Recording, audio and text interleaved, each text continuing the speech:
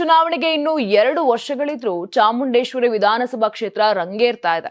ಸಾಂಪ್ರದಾಯಿಕ ಮತಗಳನ್ನ ಹೊಂದಿರುವ ಜೆಡಿಎಸ್ನ ಭದ್ರಕೋಟೆ ಅಂತಾನೆ ಬಿಂಬಿತವಾಗಿರುವ ಚಾಮುಂಡೇಶ್ವರಿ ಕ್ಷೇತ್ರದ ಶಾಸಕ ಜಿಟಿ ದೇವೇಗೌಡರು ದಳಪತಿಗಳಿಗೆ ಮಾತ್ರ ಬಿಸಿ ತುಪ್ಪವಾಗಿ ಪರಿಣಮಿಸುತ್ತಿದ್ದಾರೆ.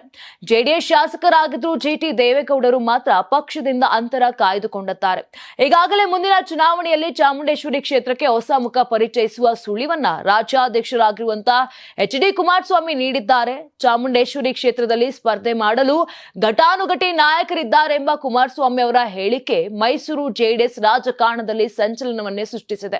ಹಾಗಾದ್ರೆ ಕುಮಾರಸ್ವಾಮಿ ಹೇಳಿದ ಆ ಘಟಾನುಘಟಿ ನಾಯಕ ಯಾರು ಎಂಬುದರ ಬಗ್ಗೆ ತೀವ್ರ ಚರ್ಚೆಗೆ ಗ್ರಾಸವಾಗಿದೆ.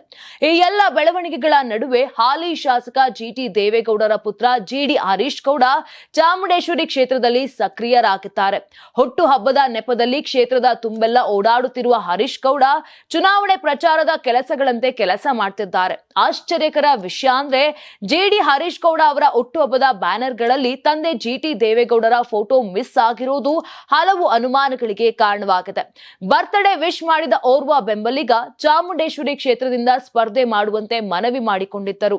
ಈ ಮನವಿಗೆ ಒಂದು ಕ್ಷಣ ನಕ್ಕ ಹರೀಶ್ ಗೌಡ ಸರಿ ಎಂಬಂತೆ ತಲೆ ಆಡಿಸಿದ್ರು. ಒಟ್ನಲ್ಲಿ ದಳಪತಿಗಳು ಚಾಮುಂಡೇಶ್ವರಿಯಿಂದ ಜಿಟಿ ದೇವೇಗೌಡರಿಗೆ ಕೋಕ್ ನೀಡಿ ಮಗ ಹರೀಶ್ ಗೌಡರನ್ನ ಬೆಳೆಸಲು ಮುಂದಾದ್ರ ಎಂಬ ಚರ್ಚೆಗಳು ಜೆಡಿಎಸ್ ಪಡಸಾಲೆಯಲ್ಲಿ ಶುರುವಾಗಿದೆ. ಚಾಮುಂಡೇಶ್ವರಿ ಆಶೀರ್ವಾದ ತಂದೆಗೋ ಮಗನಿಗೋ ಎಂಬುದು ಮುಂದಿನ ದಿನಗಳಲ್ಲಿ ಸ್ಪಷ್ಟವಾಗಲಿದೆ.